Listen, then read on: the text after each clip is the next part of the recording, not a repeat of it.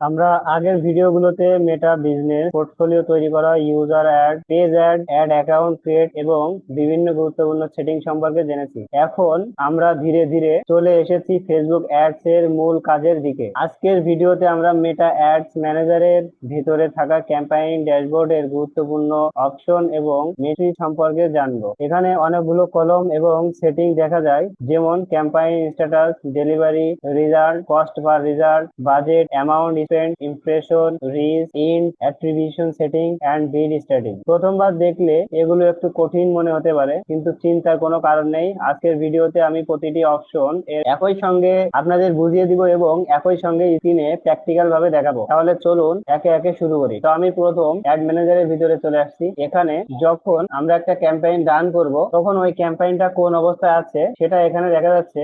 যদি campaign on থাকে তাহলে এটি অ্যাক্টিভ অবস্থায় থাকে এবং ডেলিভারি এর জন্য ইনেবল থাকলে অ্যাড চলতে পারে, আর অফ করলে ক্যাম্পেইন বন্ধ হয়ে যায় এবং তখন আর ডেলিভারি হয় না। অর্থাৎ খুব সহজ ভাবে, ওয়ান মানে ক্যাম্পেইন চালু আর অফ মানে ক্যাম্পেইন বন্ধ। এরপর আছে ক্যাম্পেইন। এখানে আমরা আমাদের তৈরি করা বিভিন্ন ক্যাম্পেইনের নাম দেখতে পারি, যেমন new leads campaign, awareness, new sales campaign, sales campaign Facebook. এগুলো হচ্ছে ক্যাম্পেইন নেম। প্রতিটি ক্যাম্পেইনের নাম দেখে আমরা বুঝতে পারি কোন ক্যাম্পেইন কোন মার্কেটিং গোলের জন্য তৈরি করা হয়েছে। ক্যাম্পেইন হলো আমাদের অ্যাডভার্টাইজিং স্ট্রাকচারের প্রথম লেভেল। এরপর রয়েছে ডেলিভারি। ডেলিভারি থেকে আমরা বুঝতে পারি ক্যাম্পেইনের বর্তমান ডেলিভারি স্ট্যাটাস কি, অর্থাৎ ক্যাম্পেইন বর্তমানে অ্যাড ডেলিভারি করছে কিনা, নাকি কোনো কারণে ডেলিভারি হচ্ছে না, এই ধরনের স্ট্যাটাস এখানে দেখা যায়। ক্যাম্পেইন যদি ড্রাফট অবস্থায় থাকে তাহলে সেটি এখনো পাবলিশড বা অ্যাক্টিভ ভাবে চলা শুরু করেনি, তাই ক্যাম্পেইন বর্তমান অবস্থা বুঝতে ডেলিভারি কলাম গুরুত্বপূর্ণ। এরপর রয়েছে অ্যাকশন।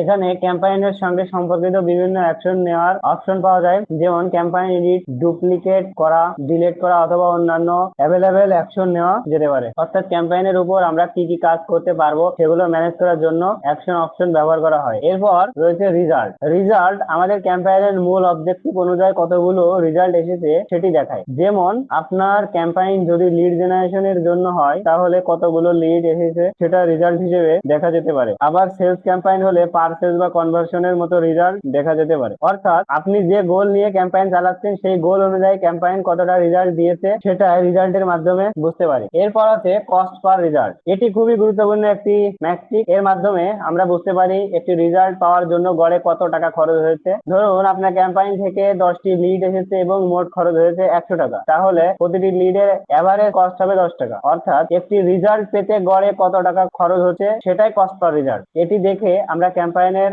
কস্ট, ক্যাম্পেইনের সেটি কস্ট পার রিজাল্ট। এরপর আছে বাজেট। বাজেট হলো আমরা ক্যাম্পেইনের জন্য কত টাকা খরচ করার পরিকল্পনা করেছি। মেটা অ্যাডস এর সাধারণত ডেইলি বাজেট অথবা লাইফ টাইম বাজেট ব্যবহার করা যেতে পারে। ডেইলি বাজেট হলো প্রতিদিনের জন্য বাজেট নির্ধারণ করা হয়, আর লাইফ টাইম বাজেট হলো পুরো ক্যাম্পেইনের নির্দিষ্ট সময়ের জন্য মোট বাজেট নির্ধারণ করা হয়। এরপর আছে অ্যামাউন্ট স্পেন্ড। এটি দেখায় ক্যাম্পেইনে এখন পর্যন্ত বাস্তবে কত টাকা খরচ হয়েছে। ধরুন আপনার বাজেট $25, কিন্তু ক্যাম্পেইন এখন পর্যন্ত $8 খরচ করেছে, তাহলে অ্যামাউন্ট স্পেন্ড হবে $8। বাজেট হলো কত টাকা খরচ করা পরিকল্পনা করেছে, আর অ্যামাউন্ট স্পেন্ড হলো এখন পর্যন্ত বাস্তবে কত টাকা খরচ হয়েছে। এই ডিফারেন্সটা মনে রাখবেন। এরপর আছে ইমপ্রেশন।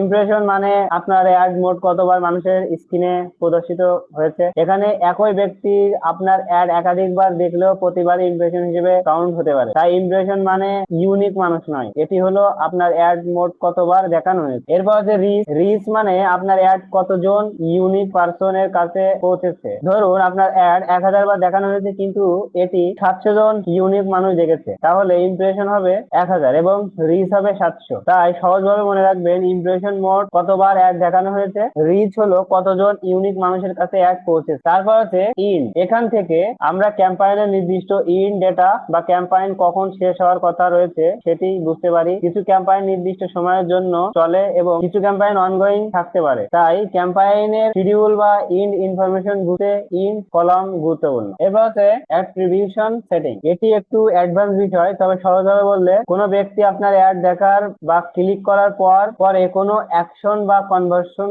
করলে সেই রেজাল্ট অ্যাড এর সঙ্গে কিভাবে ক্রেডিট করা হবে সেটি অ্যাট্রিবিউশন এর মাধ্যমে নির্ধারণ নির্ধারণ করা হয়। অর্থাৎ কোনো কনভার্সনকে আপনার অ্যাড এর রেজাল্ট হিসেবে কাউন্ট করা হবে সেটা বোঝার ক্ষেত্রে অ্যাট্রিবিউশন সেটিং গুরুত্বপূর্ণ। এই সেটিং এর বিস্তারিত বিষয় আমরা পরবর্তী অ্যাডভান্স ভিডিওতে আরো ভালোভাবে বুঝবো। লাস্ট আছে বিড স্ট্র্যাটেজি। বিড স্ট্র্যাটেজি মেটাকে বলে দেয় আপনার অ্যাডভার্টাইজিং বাজেট ব্যবহার করে রেজাল্ট পাওয়ার ক্ষেত্রে আপনি কি ধরনের বাজেট অ্যাপ্রোচের ভলিউম, যেমন আমার স্ক্রিনে হাইয়েস্ট ভলিউম দেখা যাচ্ছে। হাইয়েস্ট ভলিউমের মূল লক্ষ্য হলো আমাদের নির্ধারিত বাজেটের মধ্যে যত বেশি সম্ভব রেজাল্ট পাওয়ার চেষ্টা করা। ক্যাম্পেইন অবজেক্টিভ এবং বিজনেস গোল অনুযায়ী বিভিন্ন বাজেট স্ট্র্যাটেজি ব্যবহার করা যেতে পারে। বিড স্ট্র্যাটেজি হলো মেটা কিভাবে আপনার বাজেট ব্যবহার করে অ্যাডভার্টাইজিং অ্যাকশন এ বিড করবে এবং রেজাল্ট পাওয়ার চেষ্টা করবে তার একটি গুরুত্বপূর্ণ অংশ। তো আজকের ভিডিওতে আমরা মেটা অ্যাডস ম্যানেজারের ক্যাম্পেইন ড্যাশবোর্ডের গুরুত্বপূর্ণ অপশন এবং ম্যাট্রিক্স খুব সহজভাবে বুঝলাম। এই ম্যাট্রিক্স গুলো ভালোভাবে বুঝতে পারা খুবই গুরুত্বপূর্ণ, কারণ ফেসবুক অ্যাড ক্যাম্পেইন চালানোর পর শুধু অ্যাড চালালেই হবে না, ক্যাম্পেইনের পারফরমেন্স বুঝতে হবে, কোথায় কত খরচ হচ্ছে সেটা দেখতে হবে এবং রেজাল্ট অনুযায়ী সিদ্ধান্ত নিতে হবে। আজকের ভিডিওর মাধ্যমে আমরা ক্যাম্পেইন ড্যাশবোর্ডের বেসিক স্ট্রাকচার এবং গুরুত্বপূর্ণ ম্যাট্রিক্স সম্পর্কে একটি পরিষ্কার ধারণা পেয়ে গেছে। এরপর আমরা ধীরে ধীরে এই ম্যাট্রিক্স এর প্র্যাকটিক্যাল অ্যানালাইজ এবং ক্যাম্পেইন পারফরমেন্স কিভাবে বুঝতে হয় সেই বিষয়গুলোতে যাব। তাই ফেসবুক অ্যাডস একদম শুরু থেকে স্টেপ বাই স্টেপ শিখতে চাইলে প্লেলিস্টের পরবর্তী ভিডিওগুলি অবশ্যই দেখবেন। ভিডিওটি ভালো লাগলে লাইক করবেন, শেয়ার করবেন এবং চ্যানেলটি সাবস্ক্রাইব করে রাখবেন। দেখা হবে পরবর্তী ভিডিওতে।